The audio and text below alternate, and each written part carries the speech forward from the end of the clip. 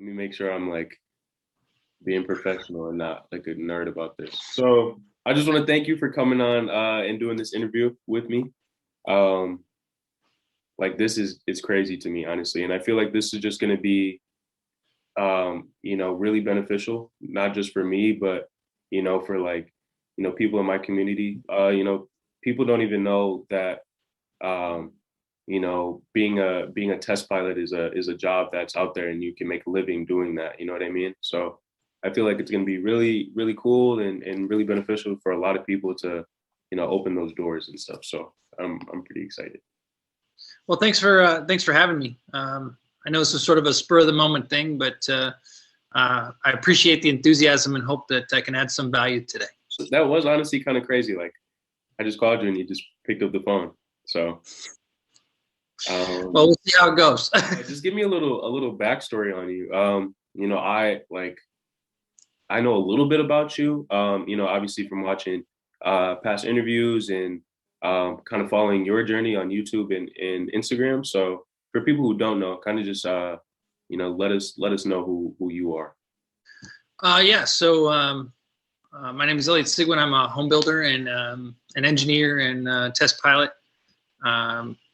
I grew up in Michigan, went to college in upstate New York, and then moved out to Mojave to chase the dream of being fully indoctrinated in experimental aircraft and research and development.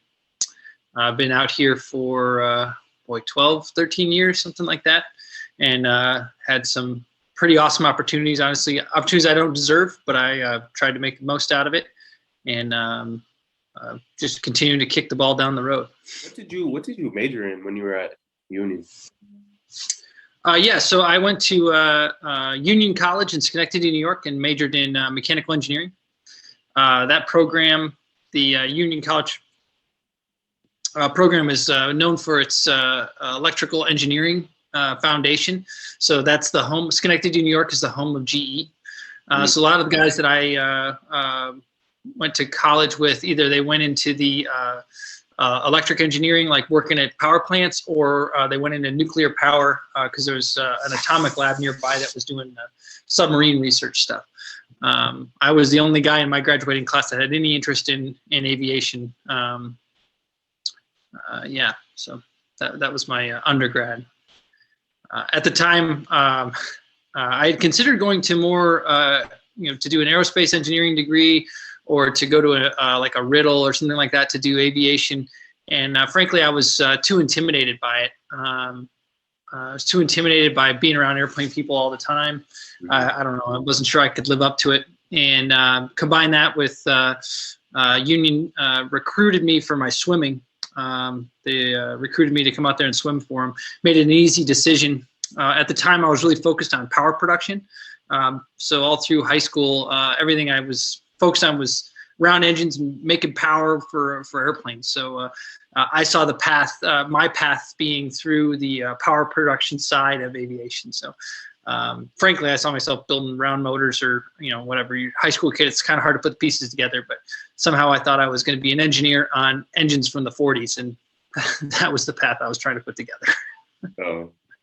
Well, so how did because maybe it's just for me, but aviation wasn't necessarily like a field that's like open. You know what I'm saying? If you know about it, you know about it. But if you don't, you're not really going to be, in that industry. You know what I mean? So how was that door open for you? Boy, I think you just hit the nail on the head. I was really fortunate. Right. I mean, just what I just laid out, right? So I'm in engineering school, mechanical engineering school. No one there is interested in aviation. There was an airport down the road. It was 15-minute drive, something like that, from the college. And I was working there as a line boy pumping gas to get my aviation fix. But yeah, to your point, like, how do you know that this is a thing? How do you connect to it? And for me, it was the internet. Like, this is whatever, 12, 15, 16 years ago now. Internet was kind of a new thing. I had grown up, my old man was a pilot, and, we had 8 airplanes around. But like the things that I was really interested in, Reno was a big target in my mind. I had never been to Reno. I'd never, we had books, like coffee table books when I was growing up, where I could see race planes, but like I couldn't smell it, I couldn't touch it. And I'm in upstate New York, right? It's snowing. There's a foot of snow on the ground. It's blowing, 50 knots through the middle of the quad, and I'm like daydreaming about Reno. The only way that was possible was because of the internet, and that's why when you reached out, I related to it so much, because I remember being, you get up at 5 o'clock in the morning to go to swim practice, or 4 o'clock, whatever we were doing, and you walk through the snow. You get there, and then you go to engineering class, and you watch some professor draw, theory equations on the board. And you're like, how does this relate to what I want in the world, right? Like, I don't want to shovel snow or drive a snow plow. I don't want to, derive equations for a living, right? I'm passionate about this other thing, and I could pull up. I act like I'm looking at my phone, but I could pull up on a desktop and pull up on the internet and watch people talking about what was going on the West Coast with developing airplanes, with Reno stuff. At the time, Burt Rutan was building or was doing the Spaceship One X Prize stuff, which was just like so inspiring, right? And John Sharp was doing the Nemesis NXT. The Lopresti guys down in Florida were doing the Fury. So there were guys developing airplanes, and I could follow along through the internet and picture myself there in the future. It allowed me to kind of draw out a path that would lead to where I wanted to be, but it was not something I saw on a daily basis, right? I mean, working as a line boy in upstate New York, there was basically two kinds of customers. There was the biz jets coming through, which was nothing against these guys, but like a biz jet pilot is a shuttle, he's a limo driver for wealthy people. So it's very hard to differentiate that. When the jet pulls up, you're like, oh, that's a cool jet, and rich people are cool. It'd be cool to be rich. Like, I'd love to, like, and it doesn't, like, that's not like a path, right? Like, I want to be rich to work. Or you have the guys that are typically older guys that are playing with general aviation that, they're rubbing nickels together, right, to try to get 2 hours of flight time out of an hour's worth of money, which, they're not exactly in the prime of investing in aviation. So that's a hard thing to get excited about. So thank goodness for the internet that I was able to, it was such a strange time back then that the walls were falling so quickly as far as these barriers that I could just call these superheroes, right? Call John Sharp and say, hey, can I come out and hang out with you this summer? And that's where I think I related to your phone call, right? I've been there. Like, I've been sitting in a dorm room frustrated with how things weren't going to go the way I wanted them to, and just started dialing numbers on the phone, and then suddenly you're talking to somebody who gets to do the thing that you can only imagine. So, right. If that makes sense. No, definitely.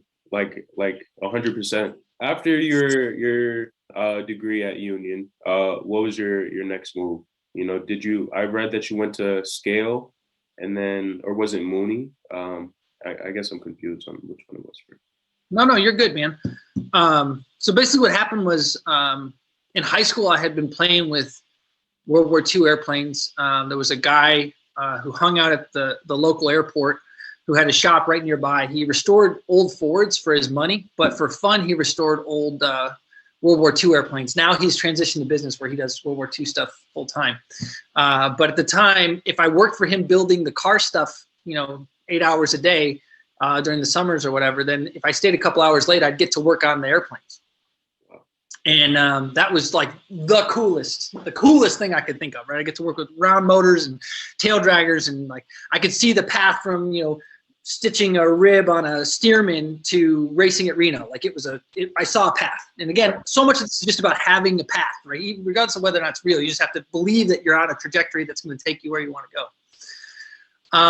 But I got towards the end of engineering school, and you start, sort of putting the path together, and you start realizing, just like we talked about, no one's going to hire an engineer to work on World War II stuff.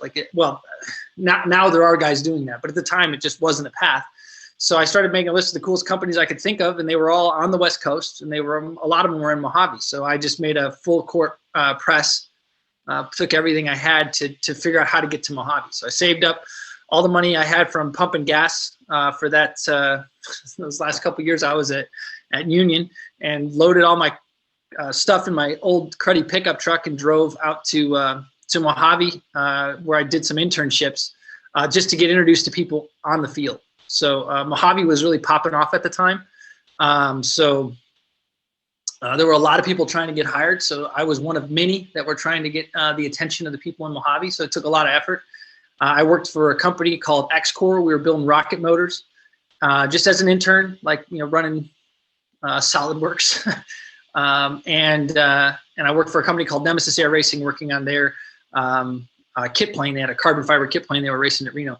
And those were my first 2 jobs in aerospace. And I was able to transition that to working at Scaled. And that was sort of the beginning of it. But again, to your point, what was the next step?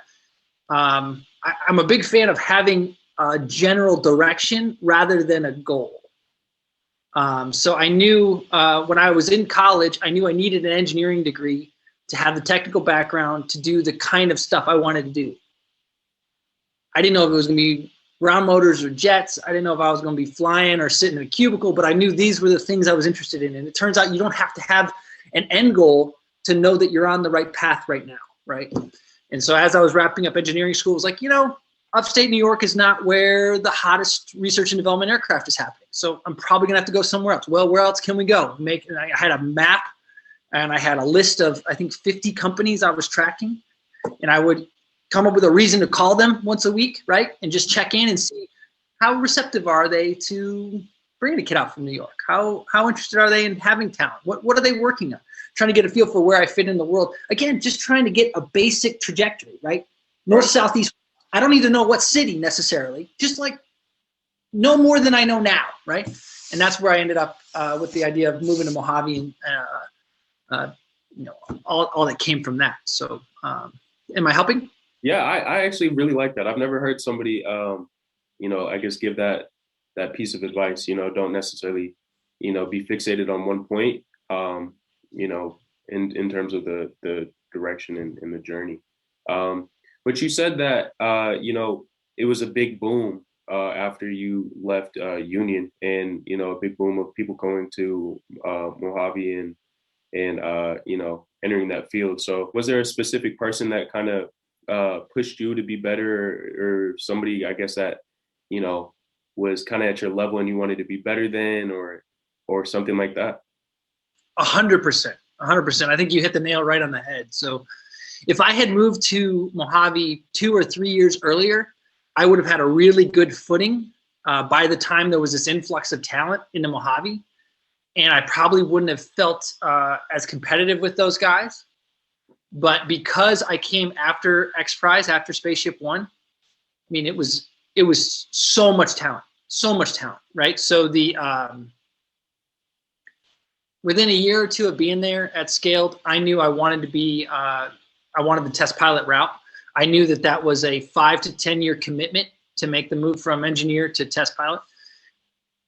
There were, depending on how you draw the line, there was somewhere between 5 and 10 very competitive guys going after the same slot I was, right? We all had the same amount of free time. We all had the same amount of income, and it was who could, and we were all relatively smart, right? I mean, it was who could put together the best package.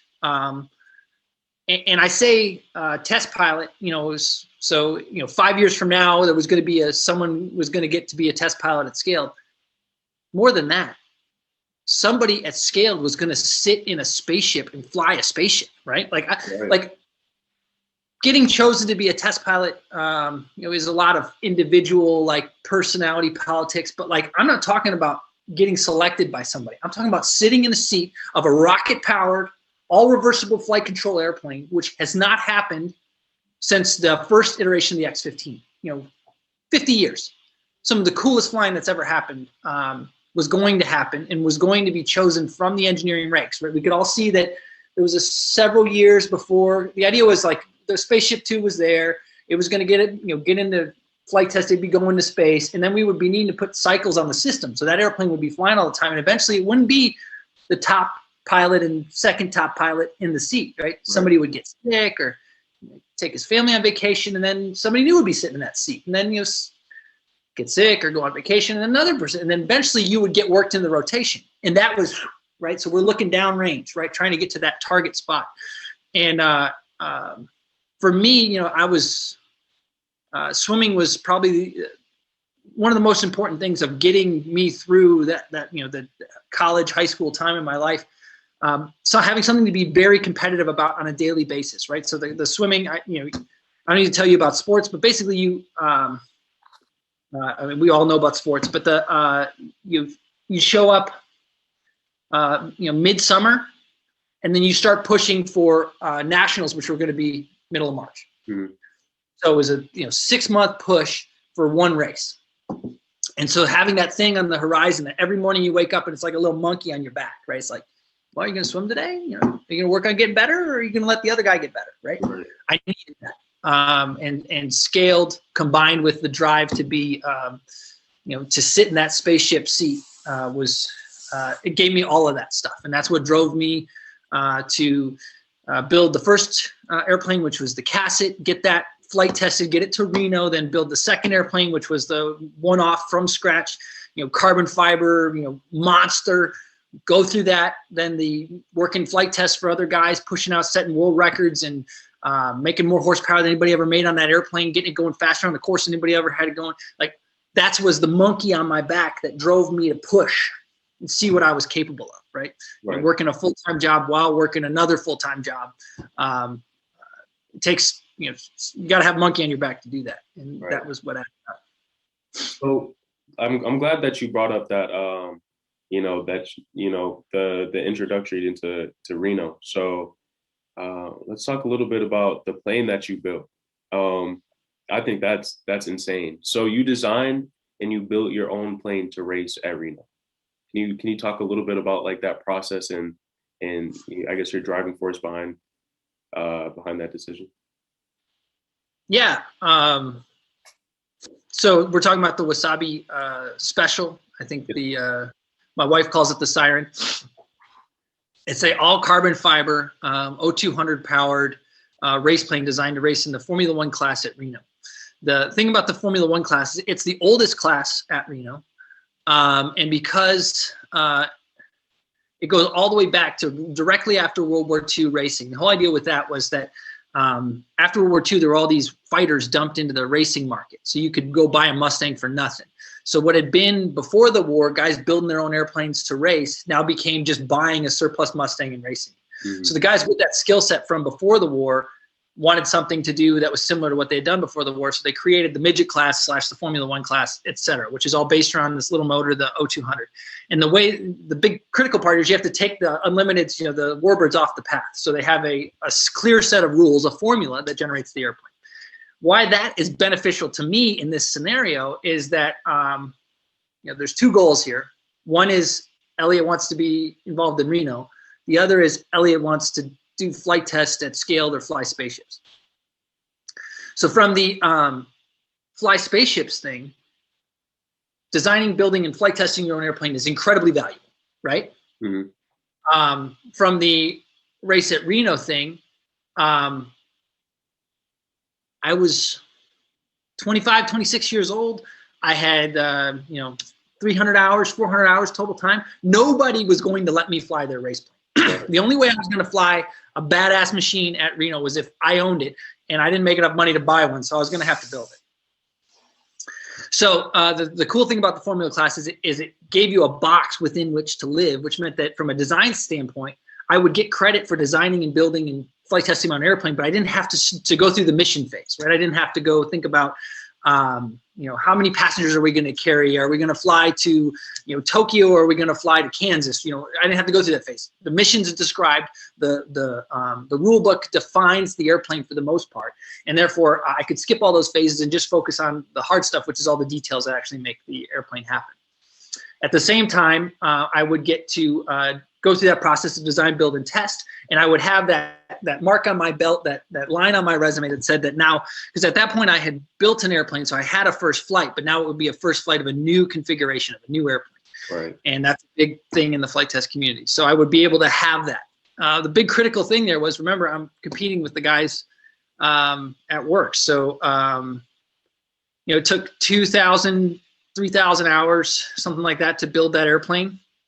You can get a lot of ratings in 3,000 hours, right? Yeah. You can do a lot of late nights at work kissing up to your boss in 3,000 hours. So So there was no monkeying around, right? It needed to happen as efficiently as possible. And I remember, we had built the cockpit mock-up, and so we'll go through the process. So I built a cockpit mock-up to figure out how big the airplane needed to be for me. Mm-hmm. I could CAD model the airplane at work, but the way I saw it, I was going to be CAD modeling airplanes for the rest of my life. This was a unique opportunity to do these things full scale, to do them with my hands, to make stuff out of wood, etc. So I built a cockpit mock-up, and I made the cockpit mock-up female so I could sit in it, and I switched it from female to male, and then lifted it up so I could work on it, and then built the tail cone, and I hung my actual engine off my other airplane off the front of it and started shaping this fuselage. Fine. At that point, I was buying, plywood. I was buying styrofoam. I was buying plaster and Bondo. Like, it's not like there's incrementally small costs. It's like $20 for a bag of plaster. It's, $20 for a sheet of, or I think it was $5 for a sheet of 2-inch thick, 4x8 sheet of foam, which we used to make the there was a big moment where I had to pull the trigger and buy a $500 canopy, right? So basically, I knew where my head was going to be. I knew the razorback going back to the tail from this point, right? So the best thing to do was just to buy a canopy. So I found a canopy that looked good, bought it, and I splashed it off with composite, and then put that on my tool, right? Well, I had to buy the canopy. It's like $500, I think it was. I literally had a panic attack. Literally had like, oh God, I'm committing to my big project. Like, by the time the whole thing, we're buying rolls of carbon at $3,000 a roll. I'm buying, jugs of epoxy at $500-$600. Like we're pushing material through the shop. This is, a year later. At this point, the $500 was like, oh, such a commitment. And why was it a commitment? It was a commitment because every step I took down that road, every other hour that I invested in was an hour I wasn't out getting ratings. It was an hour I wasn't staying late at work. It was an hour I wasn't out getting a master's degree. It was an hour of me committing to this path to becoming a test pilot, which was all I wanted in the world. And so that was where the weight came, right? So I remember Jen and I went down and got that canopy, and I think I've had 2 migraines in my life. And I had a migraine, basically a panic attack on the drive home, and she was looking at me like I was completely insane. It's like, it's $500. Like, come on, man, that's like 2 months of hangar rent. Right. Right. So were you still working full time at scale before you created your company Wasabi Test Flights? Right. So Wasabi was always about building that resume to get jobs at scale, but then to get other jobs in test and development. Oh, okay. Basically, the thing that happened. So they were always happening together. So to answer your question, yes, I was always working full time. Have always had a full-time job besides the stuff that I do at Wasabi. So to summarize, right, we just said 2,000, 3,000 hours to build an airplane. So 3,000 hours of work to get, one 15-minute first flight. That's a bad ratio. Yeah. That's real bad. Yeah. What Wasabi very quickly became was, if we can build a brand that's strong enough, maybe we don't have to build a whole airplane. Maybe we just install the engine for you, or maybe we just install the wing, or build a wing, or build the modification, or whatever, and we get the part that we're most interested, that Justin and I are most interested in, which is that last little bit of assembly, first little bit of test. Right, that right there is the sweet spot where you learn the most. Right, where I get to put things on my resume and in my toolbox that are the most valuable to what I want to do with my life. And so that's where that Wasabi has always been. Right, it's never been a full-time thing. It's never been the bulk of my income, because we're too dumb. If I could charge what I'm worth as an engineer with Wasabi, then I'm not taking enough risk with Wasabi, right? Wasabi's always been about getting leverage, right? So if I can charge a lot for it, it means I'm really good at it, which means I don't need the skill, right? Right. Wasabi's about, maybe I can do that, and I'm willing to do it at half the price of the other guy. And that's why you're going to let me do it. And that's why I'm going to get to have that on my resume. Right. So does that make sense? Yeah, that actually makes total sense. So is that kind of why you're because compared to other test pilots, and the research that I've done, once you become a test pilot, you're kind of fixated on one kind of type and one kind of, you're kind of put in a box, but with you, it's, you're flying different aircraft almost every different time you're able to fly or you get a new client or a new job. You know what I'm saying? So 1,000%. And you hit the nail on the head. right. So there's basically two paths to test pilot. One is through the military. So you go be a fighter pilot for a while, and then you go to test pilot school. The other is that you work at Cessna, or like I was working at Scaled for 10 years, and then you work your way from engineer up into the test pilot ranks. In both cases, you could become extremely focused on a particular class of airplane, but like you said, probably a type of airplane, probably a manufacturer, right? So like nothing against anybody else, but the guys that are doing envelope expansion on F-35, they're all coming from active duty military, right? And I am not qualified to do F-35 envelope expansion. What I would like to imply is that, you know, a guy like that may not be the most qualified to do a Reno racer or to do a, you know, whatever. The trick is, I think any aviator can relate to the desire to fly all the different kinds, right? And I think we all want to believe that we're like some superhero pilot that we can, you know, just put me in the cockpit, I can figure it out, I got it, right? Right. I think that's just it's like a frontal lobe thing. It's a part of being a pilot, and I try to take that off the table, and instead, which I don't think people understand, but I'm really impressed you picked up on it. The best test pilots I've worked with, it's nothing to do with hands and feet. The hands and feet are assumed, right? That you can just physically fly the airplane. Right. That's assumed. Like you don't get to this level unless you can fly the airplane. The flight test is about understanding what needs to be tested, why we're flying the point that we're flying today. With that, the associated risks, both to the person, the vehicle, the program, and then at the end of the flight, communicating both the things that were intended to be learned and the things that were surprising us that, you know, do you have the words to talk about, right? To the right people, which means that you need to talk to the schedule guy in schedule talk. You need to talk to the finance guy in finance talk. You need to talk to the aero engineer, different than you talk to the structural engineer. They're different people, different kinds of guys doing that work. And that to me is flight test. When people hear test pilot, they think, like I said, they think superhero pilot. They think, oh man, you know, silk scarf, you know, he just walked off the airplane. He didn't need a checklist or nothing. That may be a thing. It's not my thing. That's not what I'm doing, right? Mm-hmm. What I'm interested in is employing the airplane to go get a mission completed from a very technical standpoint, and trying to be as efficient as possible, both from a risk exposure and from a cost exposure to getting that required data. I'm really glad that you brought that up, because one of my favorite you know, videos on your YouTube is the Stuart Mustang test flight. You know, so you, in that video, just to kind of give background to people who haven't seen it yet, you should definitely go check it out for people who are watching this. So like we were saying before, so there was a slight miscommunication that you had with your chase pilot. There was something wrong with the hydraulics, and the landing gear wasn't deploying fully, or wasn't retracting fully. Anyways, it was stuck, right? So, but the point that I'm trying to make is, you know, even though it was like you guys had a small communication problem, you know, you were able to talk about it, you know, you were able to fix the problem, and, you know, you had the patience and I guess the leadership skills to be able to do that. You know what I mean? So my question to you is, what, in your opinion, what do you think, you know, what skills do you think a test pilot needs to have to be, you know, safe and successful? Oh boy, that's a tough one. We talked about hands and feet. Put that in the given category. We talked about communication. You mentioned leadership. That's interesting. I know the video. Well, there's a couple videos that have scenarios similar to what you're talking about, and I hadn't thought of it as leadership.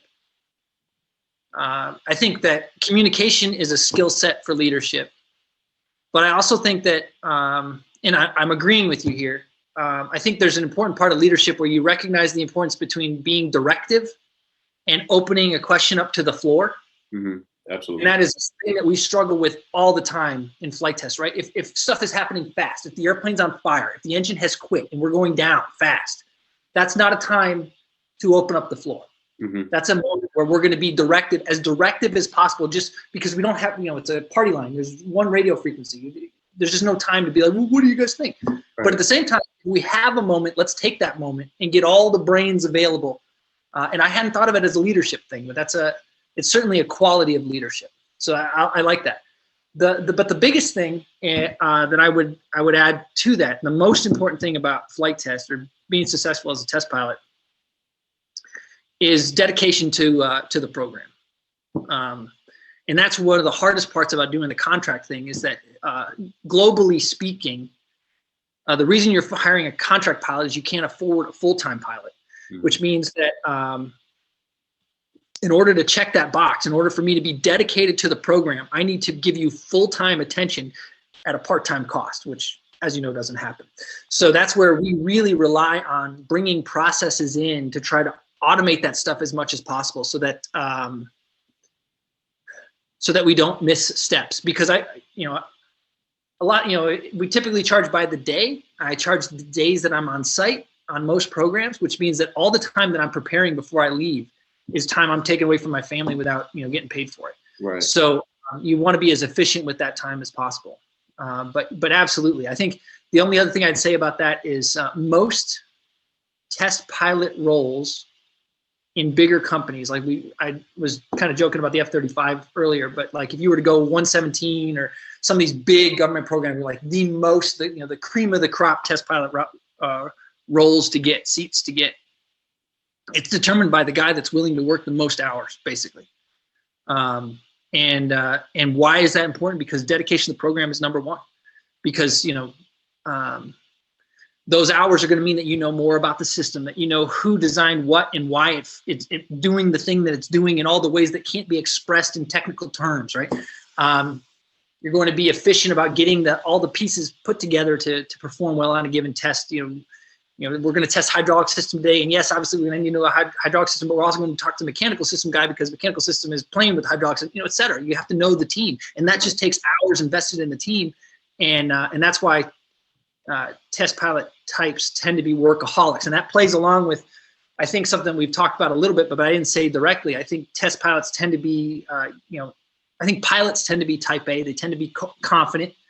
They need to be able to make decisions on their own and in a vacuum, which requires a certain mindset. And they need to be competitive. And I think that because of that, if you get a stable of test pilots, that's one of the big variables they compete on, is just who can put in the most hours, right? And when I've seen it done well, it's a beautiful, beautiful thing where guys are challenging each other in terms of how they can prepare for a given flight. But you see this in a simulator, it is tremendous, right? Where you have, typically you have sort of a troublemaker sitting behind you, throwing in scenarios that you're working through. And if you get a situation where you got a stable of pilots, and you got two guys sitting behind you trying to come up with a scenario you can't find a solution to, and then you're trying to prove that you do know the scenario, and you can kind of work that where you're rotating guys through the seats. Oh man, and the learning that can take place, and the way your community, your pilot community, can be prepared for what's coming. Whew. To be honest, of all the things, being a contractor and only being able to come in for these short little stabs at a program, that's one of the things I miss most about the bigger teams that I've been able to be a part of, where you see this camaraderie and you see this long, slow build towards a big finale where everybody can be excited and succeed together. It's a beautiful thing. Am I rambling? No, sorry. So you said time, right? So you brought up the fact that, time is such an important aspect of being a test pilot, So, if I don't want to, I don't know if you're comfortable speaking on it, but, obviously, besides running the checklist in, those emergency situations and, those emergency events, so what past experience or training or advice, that you've received has helped you, in those events like the twerp jet or the SX-300, or I guess another event like that was, I guess kind of, I don't want to say life or death, but where time is such a critical aspect of the situation. No, time is everything in those fast-paced scenarios, and we talked about it a little bit earlier. There's those scenarios where, the twerp incident is a situation where I didn't get a break. From when the gust of wind picked the wing up through the engine failure, through the slalom in between the tails, there was no moment where I was able to take a step back and say, do a second run of the checklist, make sure the switches are in the right spot, right? It's not a joke, but it's not first on the list, but down on the list is when I've had scenarios in airplanes and I get a little extra time, I'll send the girl a text message. Like, I'm not like I'm having a problem, but just like, hey, I love you. Because you have, but in the twerp situation, we never got to that point, right? It was all like muscle response level, right? And there's always that thing they say, you don't rise to the occasion, you fall to your most immediate training, like your most recent training. At the end of the day, I worked with a guy, he used to say, the thing that you're worried about isn't going to be the thing that actually is a problem. And I find that to be 100% the truth. However, especially in the context of an owner, the more you can talk through the scenario, right? And that, so I'm trying to, because you mentioned checklist and you mentioned twerk, right? When I think of a checklist, I think of first, the list of operations that need to be done in order to operate the airplane correctly. And then secondly, a list of possible scenarios and a cooked up response to those scenarios. The twerp accident was a couple scenarios that happened in close succession and added up to a new result that would have been hard to forecast ahead of time. Right. And that's where you wouldn't have been able to develop a checklist for that, right? Mm-hmm. And that's where the value of having that open discussion with whoever you can get it is so high. But maybe I'll talk about it another way. One of the issues as a contract tester is whether it's I just recently got called out to Florida for a program. Go work on an airplane, and whether it's the mechanics or everybody that's there, somebody says, "Oh, here comes Mr. Superhero Test Pilot," and either they're annoyed that they're not the superhero test pilot because they want to fly the thing, or they just annoyed with the fact that you're a big swinging silk scarf that's coming into the room, right? Right. It doesn't help anything to let that sit in the room, right? Because as soon as you think that I think that I'm better than you, or you think that someone else thinks that I'm better than you, now we're not on the same team. Right. And you have to dissolve that just as fast as you can, right? Hey guys, like, we're all on the same team, right? This is a hard thing, right? In the best of cases, the only way we're going to be successful is if we all work together, which means when you see something, when you hear me say something, when the airplane looks funny, it's not, well, I'm sure, Mr. Big Stuff, he'll figure it out. He's got it. It's, no, hey, buddy, we're all going to be successful together. Elliot, I see you haven't done this yet. I know you're going to, but just in case, did you see that, right? And then me being in a situation also where I'm not trying to puff my chest up and say, oh, well, I knew about that. I know about all the things, right? Instead, it's, you know what, that's a good point. I was going to get it, but now that you bring it up, I should do it now. Whatever, right? Creating that environment where you can have the open discussions and you can prepare. In doing so, you can prepare for the strange outliers like what happened with the quickie. So we were talking earlier about what it is to be a tester and all the extra hours that guys put in and what is the value of those extra hours. It's these things, right? It's that extra 2 hours in the day where you're not getting much done because you've worked 12 hours and there's not much left. But You're sitting there and sitting there, you're like, boy, it is weird that hydraulic pump is really close to that actuator. And that goes into a little place back in your brain, right? A little bit of knowledge you might be able to pull on when you can't actively think. You're sort of relying on muscle memory in a situation like the quickie. Does that make sense? Yeah, that I like how you connected those two. That really, like, I guess made a link in my head. Because when you're working on a project, you got to put your egos aside. You know what I mean? And that makes sense. That some people might feel a certain way. If you come in and they've been working on the project for this day, and this day, and you know what I mean? And you come in and you see that there's a problem with it. It's not necessarily a dig at their ego or who they are. It's just, it's something wrong with the plan and something wrong with the project. So I definitely like that. But speaking about projects, your latest one that I've seen was the Long-Nose Thunder, the P-51 replica. So what was your favorite part about working on that aircraft? My favorite part of the Long-Nose Thunder. It's unusual to get an airplane that's so different but also so different because Thunder Mustangs aren't that common, period. Walter engines aren't that common. That airplane is, because it's the combination of the two, it has some stuff in it that's very, very particular to that airplane. It's all that adds up to a hard thing, right? That ferry program, which you've seen the first episode, we're working on the second episode now. That was a hard thing. And while, just like what we were talking about, being there in DeLand, I'm around Walter engine experts. They're not Thunder Mustang experts. They're not Long-Nosed Thunder experts. They're Walter engine experts. And that allowed us to clearly define our relative roles, which meant that I could stand confidently where I am and ask confidently of where they are about the Walter, right? And I didn't have to go into their area and say, I know more about Walters than you. And then meanwhile, like by saying I know about the Long-Nosed Thunder or that I'm learning, I wasn't stepping on their toes, which allowed it a great space for us to work through the problem.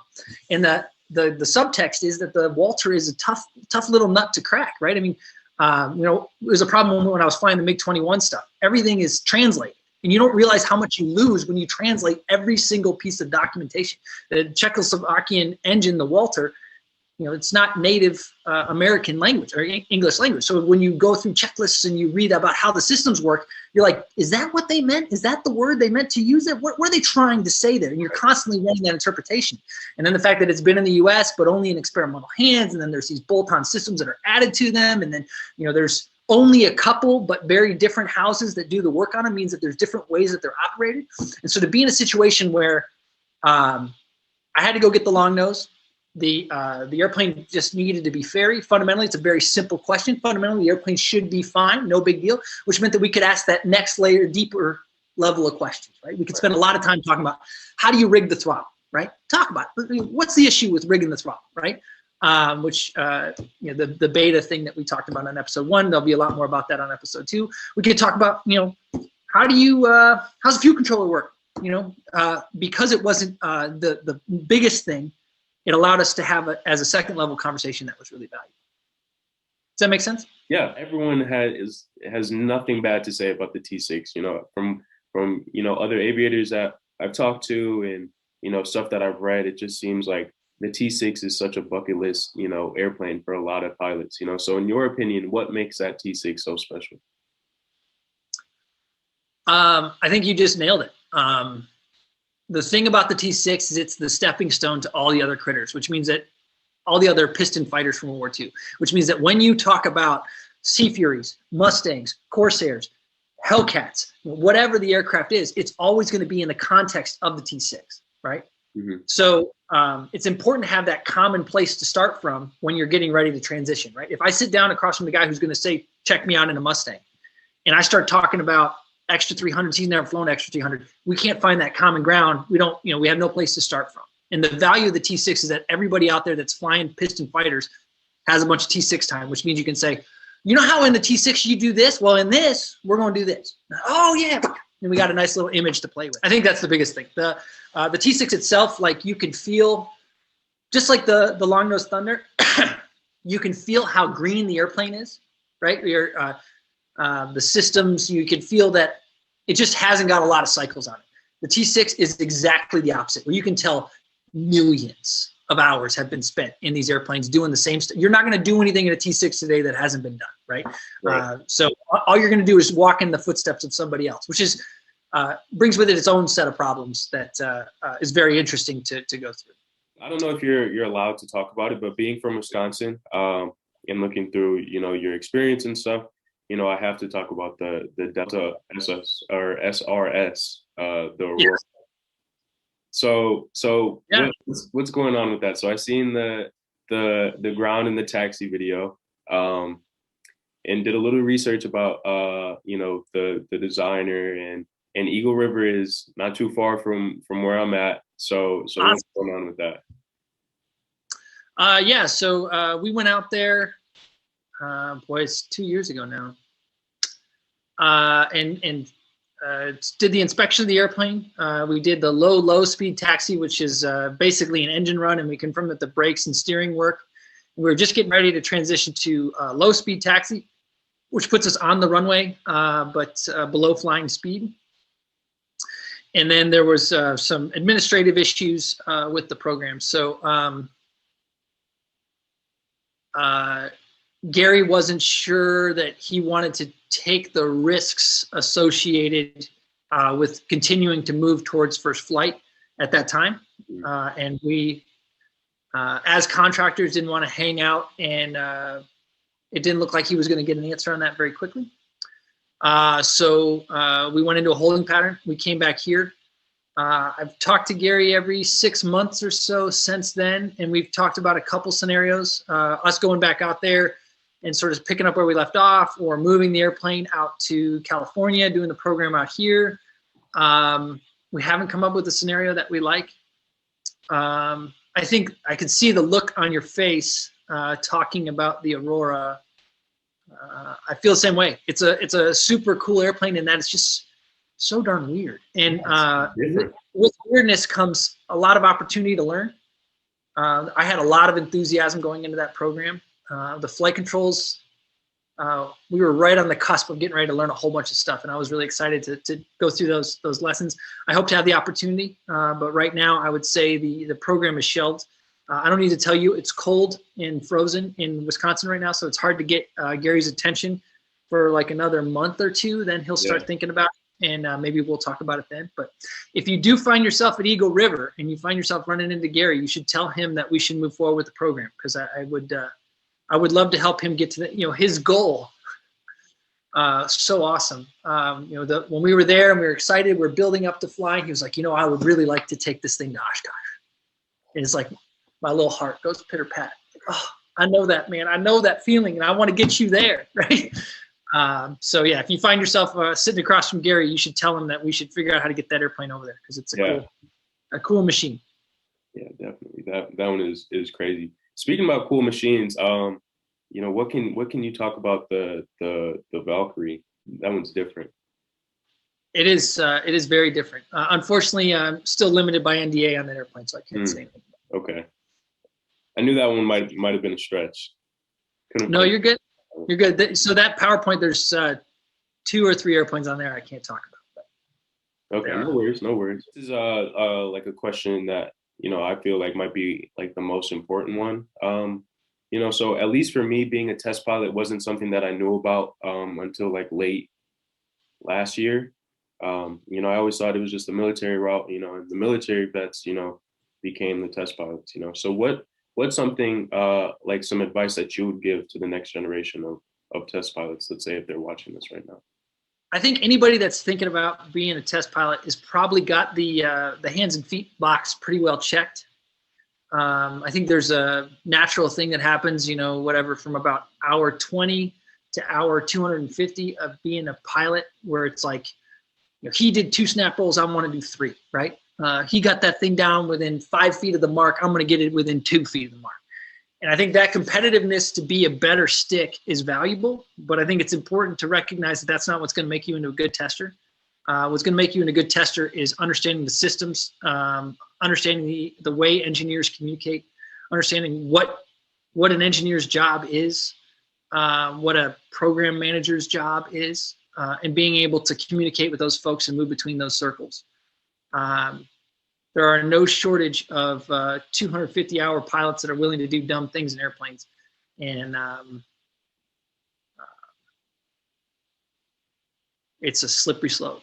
It's a slippery slope. And I've certainly been on the other side of that slope and experienced that firsthand. So when you reached out, one of the things I saw this as an opportunity to talk about was just that. Like, I try to be responsible with the content that I put out there and the stories that I tell, to not talk about flagrant risk taking for the sake of taking risk. Mm-hmm. But it's a fine line. And especially when you're young and hungry and trying to get into the test pilot world, there are lots of flights out there that will move your resume forward, that will give you experience, but are unnecessarily risky, that other more experienced testers have turned down for that reason. And that's a fine line. Like I said, I've been on the other side of it. I've done silly things in airplanes. I try to learn from it, and I try to take the lessons and share them with the community so that other people could not make the same mistakes that I did. But I think that's the fundamental thing of it, right? There's like a moment, guys, like we talk about that 250-hour mark. We'll just use that as the waypoint. And people either decide they're going to go professional pilot, and which is all about continuing to be more responsible and on target with your moves in the cockpit from that moment forward.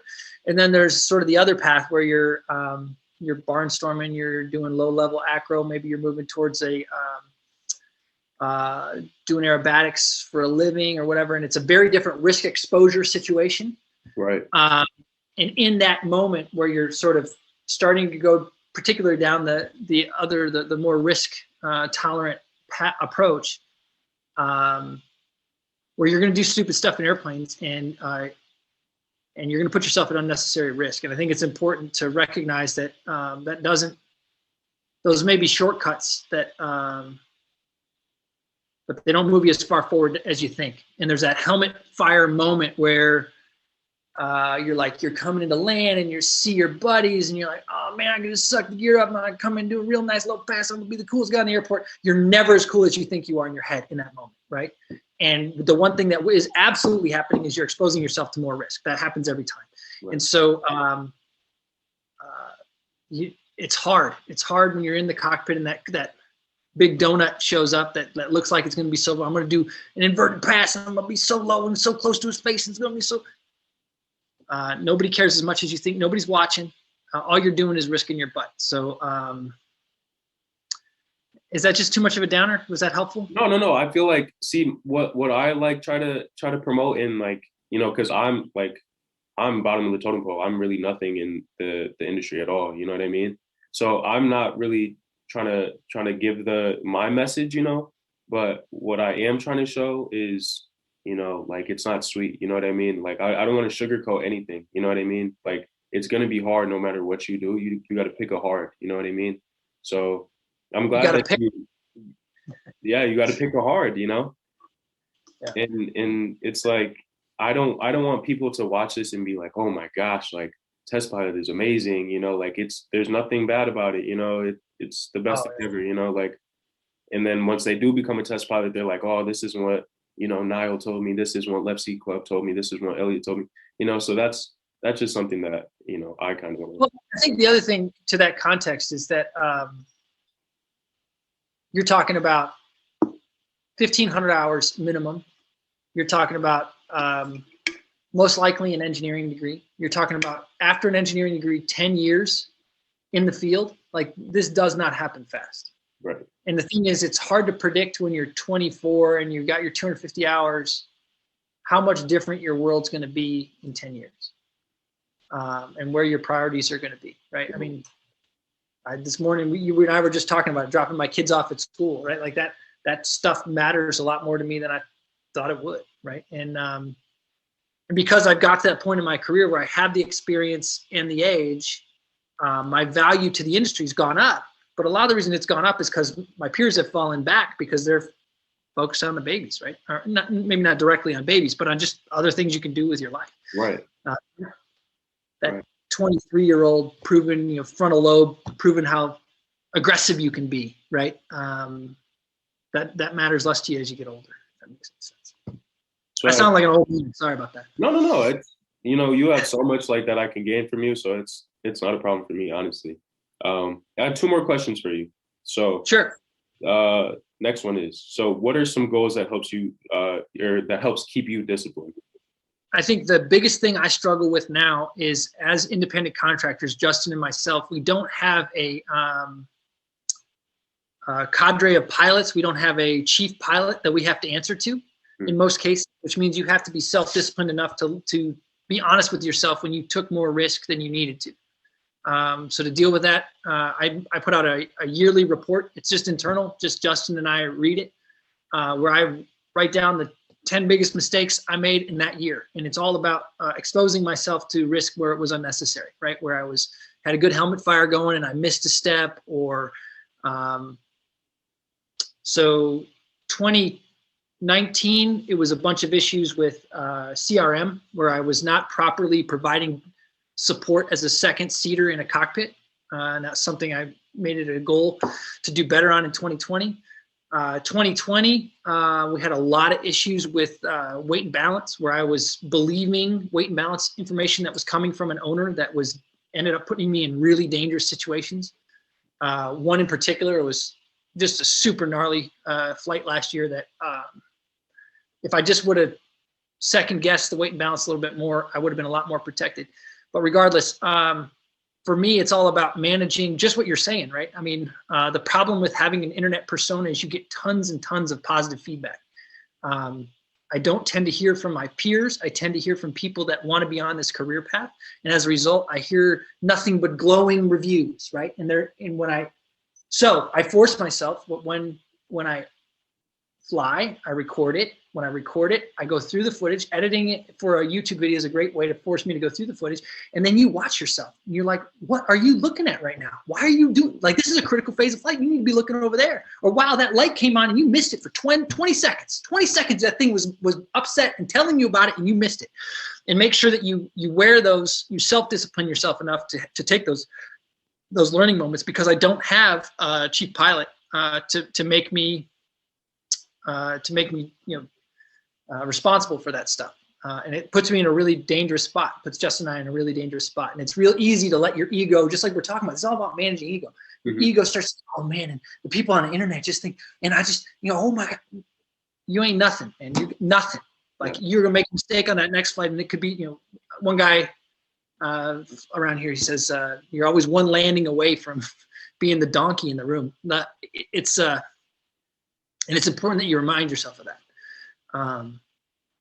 I like that Titan Mustang down in LA. That's a great example, right? So I was really nervous about that program, and a lot of the reason I'm nervous about it is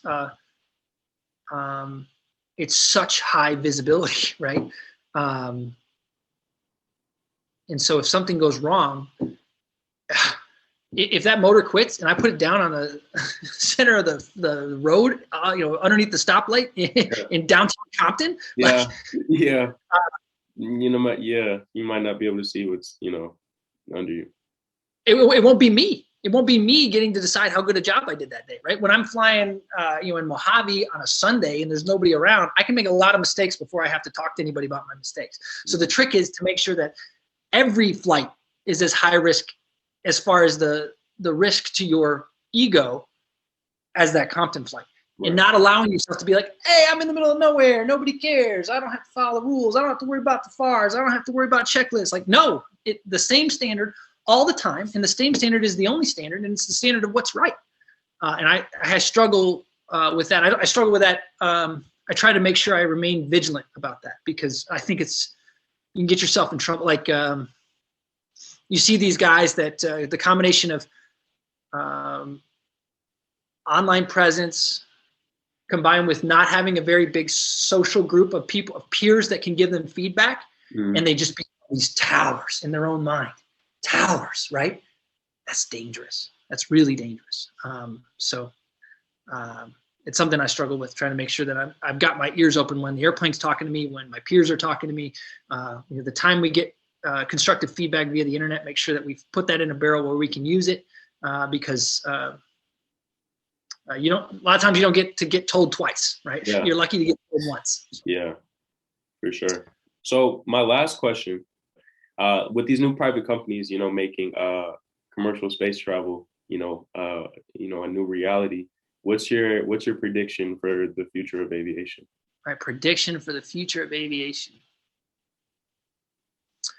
I think autonomy is coming fast. I think the technology is there to do it as we speak. I think the problem that we're having right now is just a social problem of people getting comfortable with things flying over their head without people in them controlling them. I think so. The first waypoint will be probably carrying cargo or something autonomous, and then the next step will be moving towards carrying people autonomous, probably short legs first, moving towards longer legs as we deal with the social aspect of flying around without pilots in the cockpit. I don't think the value that Reno holds for the spectator and for the people involved in racing, the value that an aerobatic demonstration at an air show holds, both for people on the ground and people in the cockpit. the value of people learning to fly and becoming proficient, competent pilots, none of that stuff changes, and certainly not in the short term. I think the test side, the value of a test, if the value of a test pilot stops when he can't touch the controls, then someone doesn't understand the value of a test pilot. I think the value of understanding how to test airborne systems or any system that's being controlled in any way probably only goes up as we move towards autonomy. That being said, I think the days of the Gemini astronaut graduating out of fast jets to flying, rockets, those days are past. And the role of a astronaut is different today than it was back then, and therefore the required skill sets are different. And so, in the context that you bring up SpaceX, I was very interested in Spaceship Two because I was interested in flying a rocket-powered, all-reversible flight control airplane at Mach 3. Wow. That has nothing to do with SpaceX, right? SpaceX is an autonomous vehicle. It's a Tesla on autopilot, right? Which is freaking cool. I'm not taking it from them, but the thing that I've dedicated my life to is controlling the vehicle in a more active way. So, yeah, I think the stuff you talk about, the Bay Area, all the electric VTOL stuff. There's great stuff coming. But the fundamental truth is, I don't think it means less flight test. I don't think it means less recreational flying. I do think that it means new ways that airplanes get used, and that's probably good for all of us. Mm-hmm. I agree. Cool. Thank you. Thank you again. Thank you. Thanks for making the time work. All right. Take care.